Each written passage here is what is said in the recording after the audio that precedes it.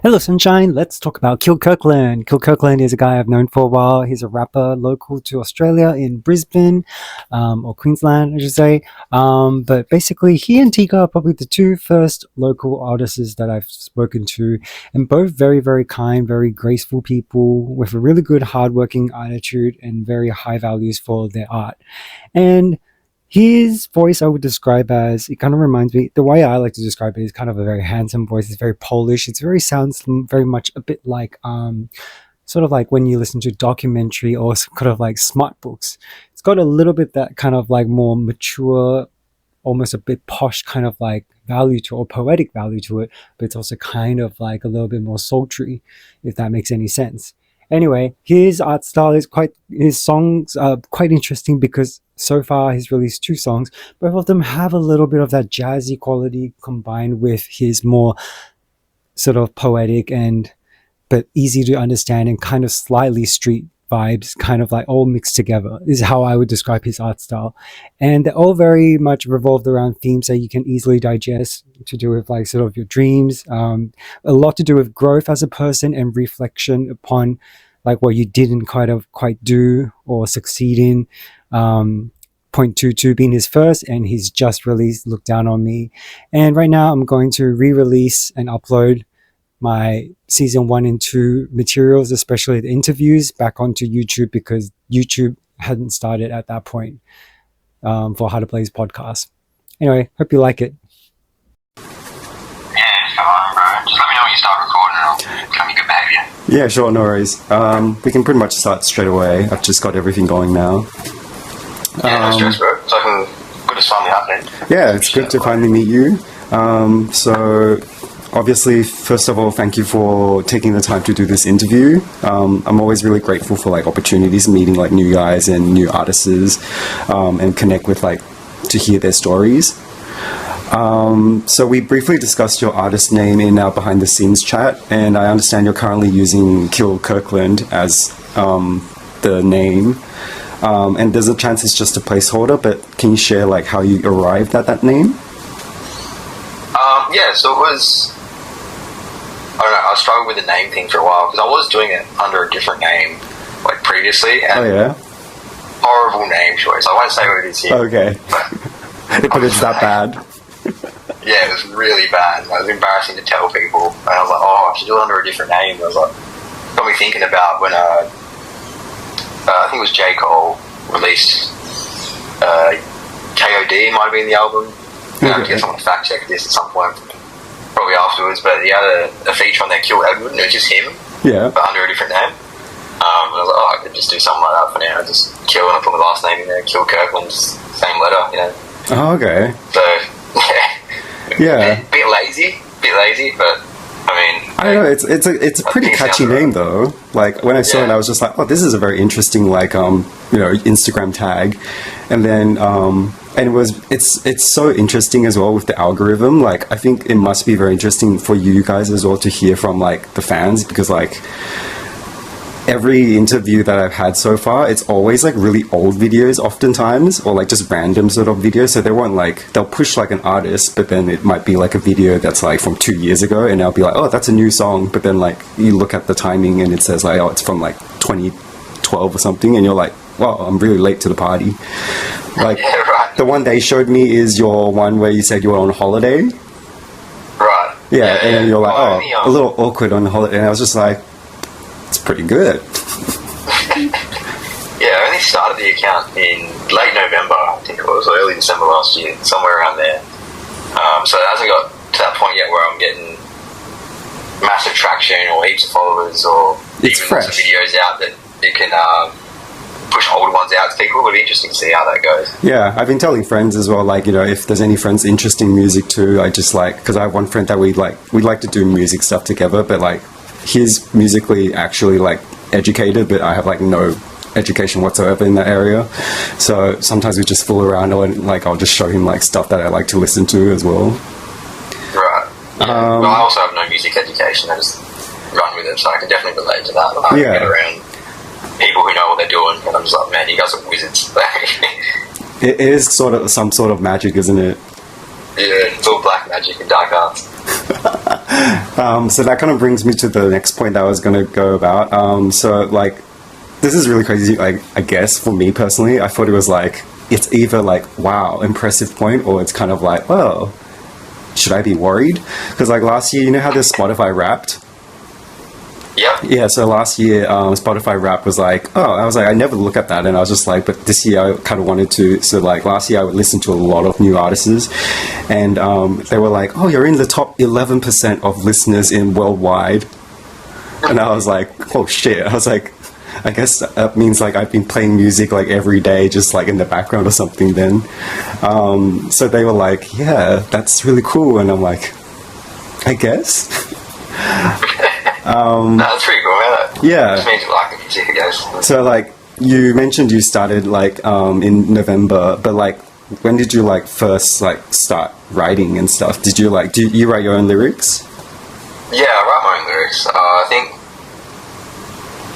I've been doing it for like 8 or 9 years now. Wow. Way back when I was like early high school, and Yeah. it was really bad for a long time. That's the And thing that- recently sort of something clicked and it got a little bit better. But obviously it's not polished and it's not professional, but that's not the aim, right? The aim is just to have a bit of fun with it and do what I enjoy. Yeah. But And you Yeah. got to practice it to like really hone the skills, right? yeah, and if you're not putting it out there to get feedback, what are you doing? Like, making it in a vacuum and thinking you're really good at what it is or what you're doing, and oh, I'm the best rapper and I can do all this and do all that, and then someone else listens to it and they go, man, that's garbage. Because like I was saying as well, like with like a lot of interviews, like there was an artist that basically just makes it a goal and he puts out one music, like just like aims for a song every week. I think it was every week or every Yeah. couple of weeks he always like put out one song, and then that was just his goal, and that just kind of keeps him practicing. And I think like the hardest thing is when people get into music, especially people like, you know, without like music education or something like that. I think it's usually like the hardest when you take the first step, because you just kind of want the first one to be perfect already. But then you'd be like, oh, this lyric isn't like feeling quite sophisticated enough, or like it's a little rough around the edge. And like that's usually the hardest thing, taking the first step. Yeah, 100%, bro. 100%. Like, I think if you're like a bigger artist and you're more established and everyone knows that's what you do, like, You don't see the behind the scenes. You really listen to strangers who are going to listen, right? But when you're small like I am, like a couple hundred followers, you know it's your friends that are going to see it first, and the people that you already know. And then like if it's bad, it's awkward, and then everyone's like trying to be nice about it. It's a bit confusing in that middle ground. But I think once we get through that, it'll be alright. Yeah, that's true. I was going to say, like, our friends might be a bit more understanding, so you can have a leeway with that, but you're 100% right. Like, you'd be also more self-conscious about it. Just be like, they're just saying it because they're friends. They want to be nice to you. Yeah. But yeah, so that's basically what I was going to, like, that brings me around to all your lyric stuff, because I was like, asking if you write your own lyrics, because I just remember when I first saw the video, I thought, like, I'm really interested in lyric writing myself, so I pay a lot of attention to that. But also just with rapping, like that's a really big part of it. But it's just like not so much just like the rhyming and all that kind of stuff, but like I find yours is very, it's really interesting how you manage to kind of connect the dots and pull together different kind of like connotations. Like just like I remember, I think one of your lines is like kind of like stage play almost, like kind of like words about the stage and then microphone, but then like you connect it to something else, and I was just like, oh, that's really well, like nicely done. Like so, like how do you like come up with like your inspirations for like lyrics and stuff? I think the one you're talking about was a song I wrote called "To Be Frank." Again, not out yet. Haven't released anything. But that's a good name.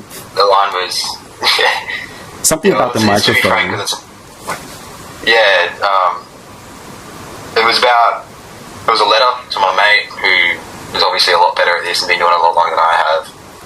He was thinking about giving it up, and he goes by stage name. The part of his stage name has Frank in it. Okay. That's where the title comes from. But it was like, pack your shit and your mic and exit stage left was part of it. So that kind of came together pretty organically. I'm trying to remember exactly what the line is. If we can keep it with me, so I'm a little bit fried. Just got back from work. But I just like generally when I write something, it comes out as a first draft, and then any lines that I think are relevant or filler, I go through and I cross them out and I put something else in there until I get something that's a bit more cohesive. and I'm not a big fan of rapping about nothing.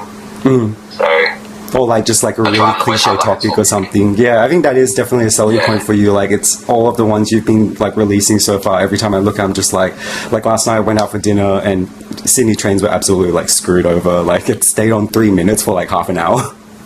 Because like arriving in 3 minutes, I'm like, it's been like 30 minutes.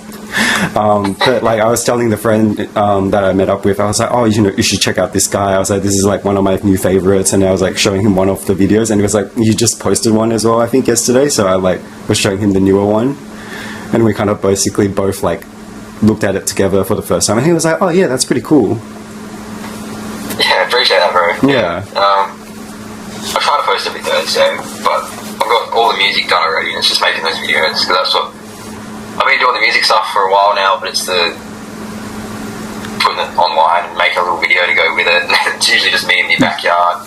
It's kind of not gonna lie, for some reason it kind of like works. It's almost got this like like MTV back in the days, 90s kind of vibe. It's kind of got that kind of retro vibe to it, and it kind of just works for you.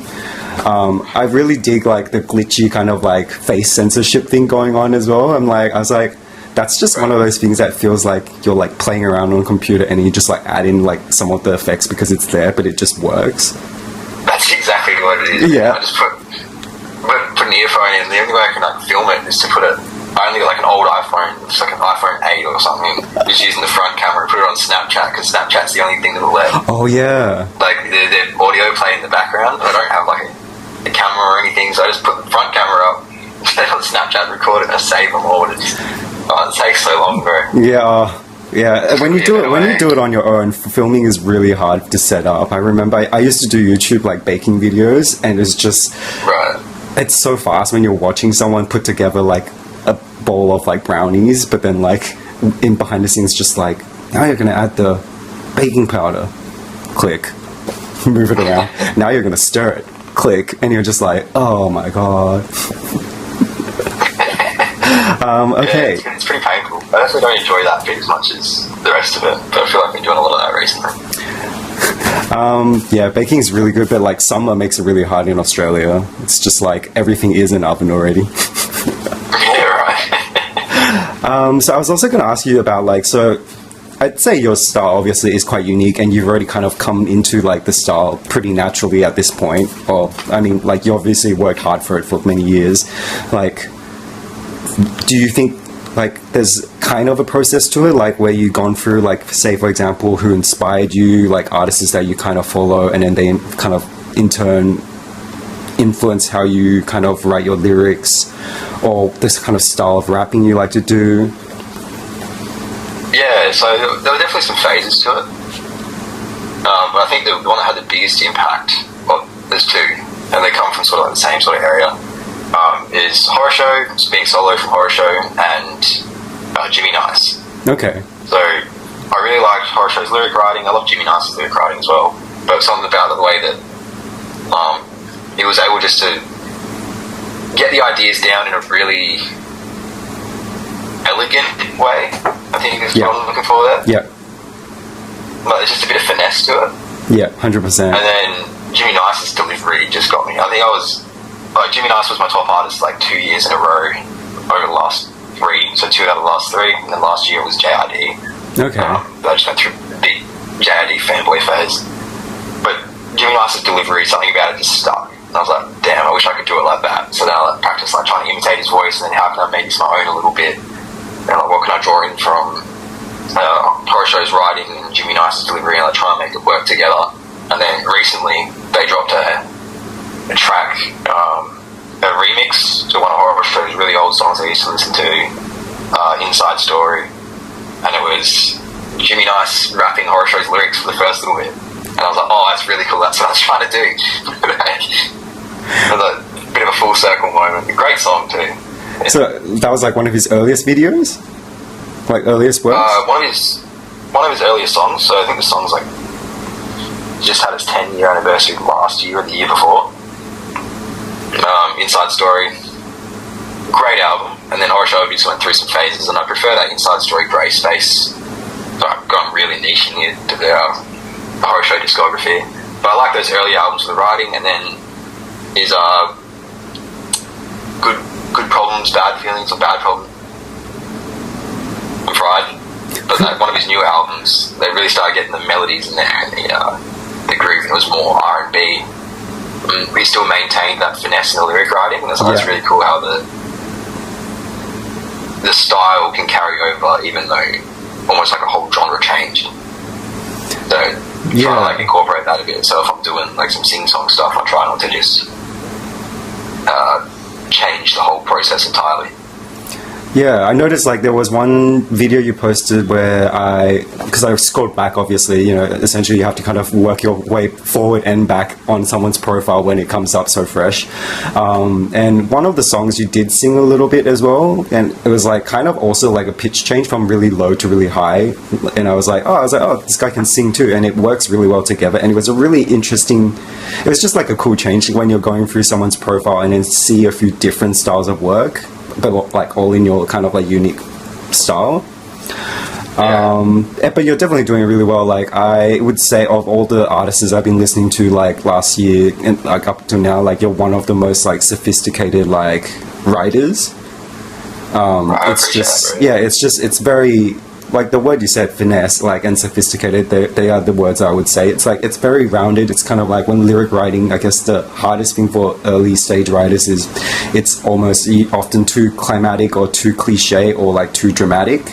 And you just kind of need to reel it back just enough so that it kind of makes sense. And also like repetition of like, sort of like, I like to refer to like when you're doing high school essays and you spend like the whole first page saying the same thing over and over again. You'd be like, so I'm talking about this because of this, which is why I'm talking about this because of this. But like all the paragraphs are just the same thing in different words. So I'm like, that's kind of an issue that with like people sometimes. 100%, bro. And I feel like I'm starting to get it, but I'm still very much like imitating in an imitation phase. So I'm trying to steal finesse and ideas from other people and incorporate that, because I'm not exactly very cool. I don't know if the word is cool, but like traditionally cool guy. Like so when I'm putting it on for the songs, it's totally fine though. Like it works, and like I think it's about embracing what kind of type of person you are, and it'll come through your music. Like so, like T-Guy, the other guy that I mentioned to you that comes from Australia, the rapper, he's like completely different to what I imagine as well. Like he's like, oh, I like to tell the organizers for events to let me go earlier because I want to go home and sleep at a reasonable time. And I'm like, wow, this is a different generation of rappers. I was like, you're like, no hard drugs. You're like upset if it's too late into the night, and you're just like, I want to go home and sleep. And he's gonna be cringing too. I'm like, that sounds bad. Yeah. Right. But like as I said, I've modelled the voice that I've chosen a little bit after like Jimmy Nas, Horror Show, and all those people from the One Day Entertainment crew. And I feel like that just made it a bit easier, because like this is what sounds cool to me, and that sounds Aussie, so I'm just gonna run with that. Yeah. But as far as like trying to put on an American accent, yeah, maybe when I started, because I was listening to a lot of American rap. Yeah. And that was just playing around 13, 14, 15 years old in my bedroom. Oh my god. Microphone. That's the age where you do so many cringy things and you don't like even realize till later. Yeah, bro. I've got a lot of those songs still like on hard drives places, and just put them away. I'll listen to them in 10 years and it's not embarrassing anymore. When you get like, when you get popular and start doing events, you totally should, like with a fans, like small gathering event or something, just like play that as like the encore and just be like, all right guys, I want to go home, so this is what you're going to listen to wrap things up. Stop hassling. So the 5 people I sent this to at the time, you might remember this one. So the real OGs, yeah. And then the OGs would just be like, yeah, do this song in the American accent. And everyone else is like, what's he going on about? What changed? Yeah. So obviously you have a lot of backlog work as well then, I guess, like stuff in the backlog. Yeah. Just like you can pull out and work on eventually. I was going to ask about like your songwriting process, because like it's very different for every artist, and I guess like every artist can do a few different styles, but sometimes people start with like humming a melody and then the lyrics kind of follow suit, and some people just kind of have lyrics writing first and then maybe start with a beat or something? Like, is there sort of like a type of process you really like, or like places you like to go to like get inspired? It varies song to song. A lot of the time I'll be working remotely or something and don't have phone signal, so I'm just writing it in a notebook, and then it's just the lyrics, and then I try and find a beat that fits, and then try and figure out where the pocket is, and like, put it in there and make it work. And that works well sometimes. Sometimes I find a beat I like, I'm just like, this beat's really cool, I'm going to put something over this, and then it's like hum along the melodies, and I try and figure it out that way, punch it in. And sometimes it's just, I've got a beat I like that I've been sitting on for a while, and I haven't really got a whole lot of idea what I'm doing yet. Hit record and record for 10 minutes, 11 minutes, 12 minutes, and try and freestyle a bit, and then you get a really rough bones. Like, I'm not a great freestyler, but you get the bones down, and go through and refine it and tweak it and re-record it at the end, because that first take is never any good. It's like your first pancake. Come out with it that way, yeah, exactly, first pancake. I find none of the songs I've made that I like were good when I made them the first time. So, for example, that 22 one I've been posting for a while now, or Point.two.two, was a really bad song when I made it the first time, and then I sat on it, and I rewrote it, and I reworked it, and I changed the beat, and I did this, and I did that, and I recorded it again, and I was like, that's a bit better, and I was like, oh, it needs something, it's missing something here, so I put a bridge in. I was like, that's pretty cool, I like how it goes, and then I just couldn't get the mix right, so I just sent it off to Jansen Productions, so I made Jacob, and then he put that touch on it, and that finesse and that edge, and then it just came out, and I was like, this is cool, we got something here. That's awesome. So that will be the first single that drops. So it's what's the name of the song? Did you say it's Point.22? I haven't fully decided yet, but either Point.two.two, like spelled out like Point.two.two, or just 22. But okay, that's I really like cool. 22 better. Yeah. There's so many songs out there called 22. Oh my god. That's how old I am about 22. Yeah, I was like looking through like my like songs, and I was just like, or when you like search on Spotify, there's just some particular words that are just so crazily overused, and you're just like, wow, there's literally like 6 different artists with songs like this, like with this title that I don't even know. So, and being brand new, you're not going to be the first one suggested when someone searches it, right? You're going to be all the way down the bottom, they've got to scroll, they've got to put your artist name in there, and it still doesn't pop up, so they've got to click onto your profile and go through and find what your newest release was. At least you'll know though, like for yours, it'd probably be like when you're searching in Instagram, it won't be very hard to find, because like some example, like the place I work at right now, it's got a name. It's called Bloom, but it's like a cafe with like that name, and that name is so overused. When I googled it for the first time on like Instagram, when I was like searching it up, it was like gave me 6 different accounts, and I was just like, which one is the one I'm actually working at? And I had to like look through it based on the food and the location to really actually narrow it down. Cool. So I wanted to ask about like artist kind of like goals or like dreams. So like as a artist, do you have like sort of like something you aspire to kind of accomplish, or like do you have like favorite venues that you really dream to like be able to perform, like if you end up performing in front of a lot of people, or you just like to kind of stay behind the scenes? And I think you're thinking way too big for where I'm at the moment. Like, yeah, it's always, oh, it'd be cool to do a big show and like open for maybe like some cool artists. But it could be just like something you feel like doing, like that might be on your bucket list. Like, would you, you know, like maybe like a close, smaller group event, like at a bar, and then there's just a few people doing live performances. There was an event that I went to that was like that. It was just like the stage was essentially right in front of like the seating area, and it was just like a few couches and stuff, and like people who basically performed were just like people standing next to you, and then they'll go up and perform and then come back and then stand next to you, and you're just like, oh, I'm standing next to an artist. This is weird. Yeah, like stuff like that. I think doing a live show is probably. Will you be nervous? I've done. You done before? I've done one, and it went really, really badly. Like a while ago, like years ago, like freshly turned 18. Yeah. Oh wow, that's amazing. At 18. Alcohol. I got nervous, so I started drinking, and then one too many drinks and I get up there and I forget all the words in a amount of time. Oh, and I was like, shit. oh, this is not going well for me. Oh, That's pretty embarrassing to admit. But I think getting back up there and having another crack at that, and then just building a little audience. Like, I'm not trying to do it professionally, but I just like, music's meant to be heard, right? So like, make something, but then I don't want to release it into a vacuum. So having some people who would be interested and like keen to go and hear it, like, that's more the direction I'm going in. I'm not thinking like Madison Square Stadium or bloody Optus Stadium or any of these big events. Like, I want to be crazy famous. No, I just want someone to hear it, right? I mean, like, yeah, 100%. Like, and I reckon, like, as a fan, like, I like to sometimes suggest stuff that, like, you know, that as a fan, like, we think would be pretty cool. So sometimes I like message like artists that I interview before. I say, oh, would you consider doing that? Especially with Australia being so far from everyone.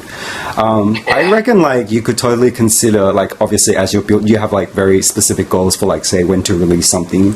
I reckon later on when you're starting to wanting to do that more interactive stuff, you could try doing like a riff or something of some performances, like 1 or 2 songs, like on a live show on Instagram. So like do something live. That would be an easy sort of low interaction in a sense, because you can back out whenever you want. You just be like, bye. Or just literally go online quickly, drop a song, and then see who shows up, and then just like close and leave without saying goodbye.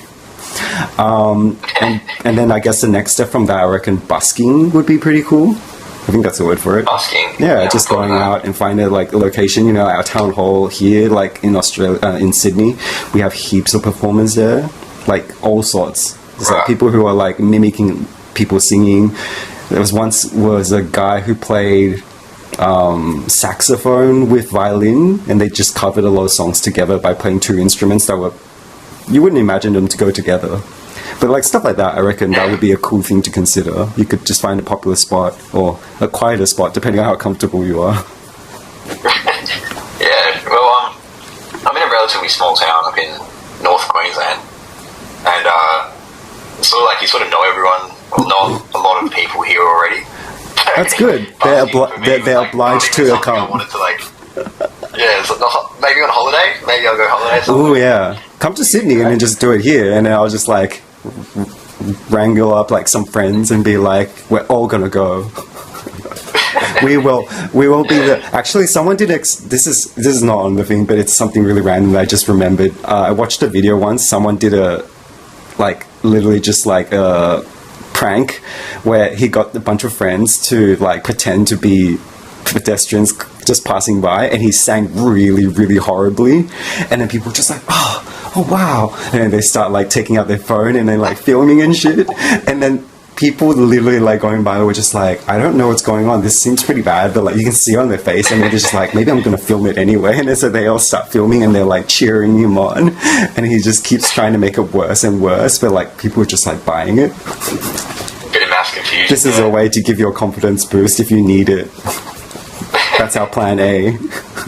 Definitely doable. The other one, next question is just very easy. It's just like, do you have like a favorite song that you've produced so far? Like your favorite at the moment, and sort of like, do you have a story behind it that you want to share?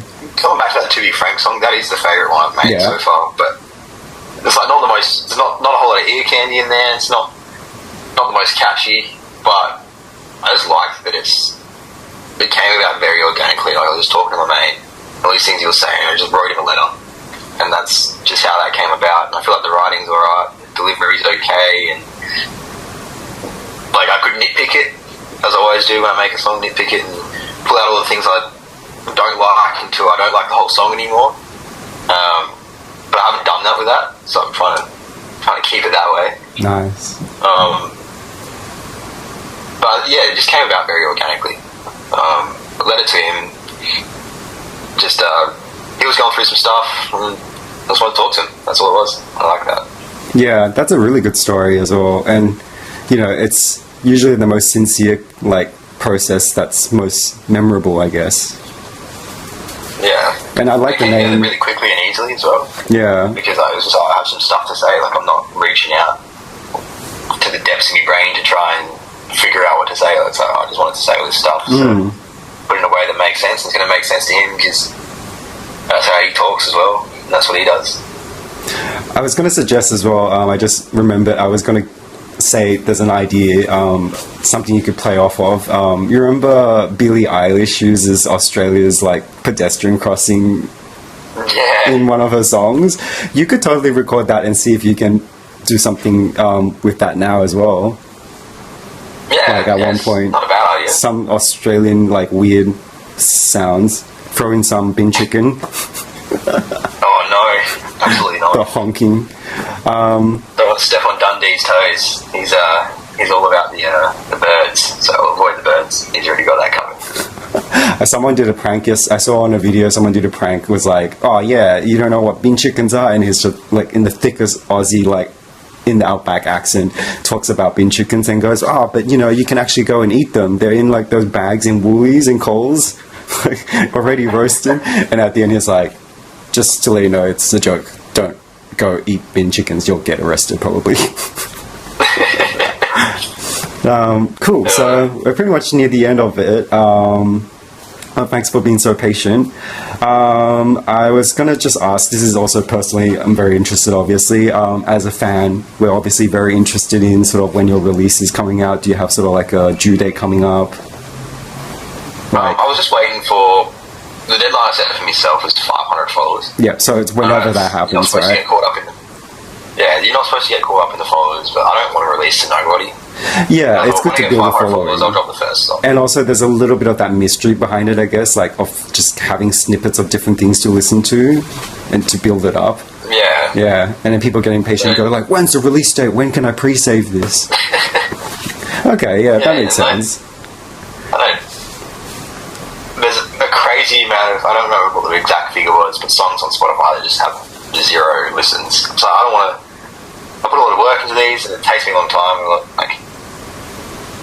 And I want someone to go listen to it, right? And I don't want it to be like 3 people. Like if I get 100 people to go listen to it, beautiful. So if I can convince 1 in 5 of those 500, Yeah. I'm happy with that. I know you're not supposed to get caught up in the numbers, and it's about the art, but I don't know. It's But I think at the really- beginning it's kind of a good milestone. I guess like after a certain amount then you should like kind of let it go, but that's probably a good goal to set.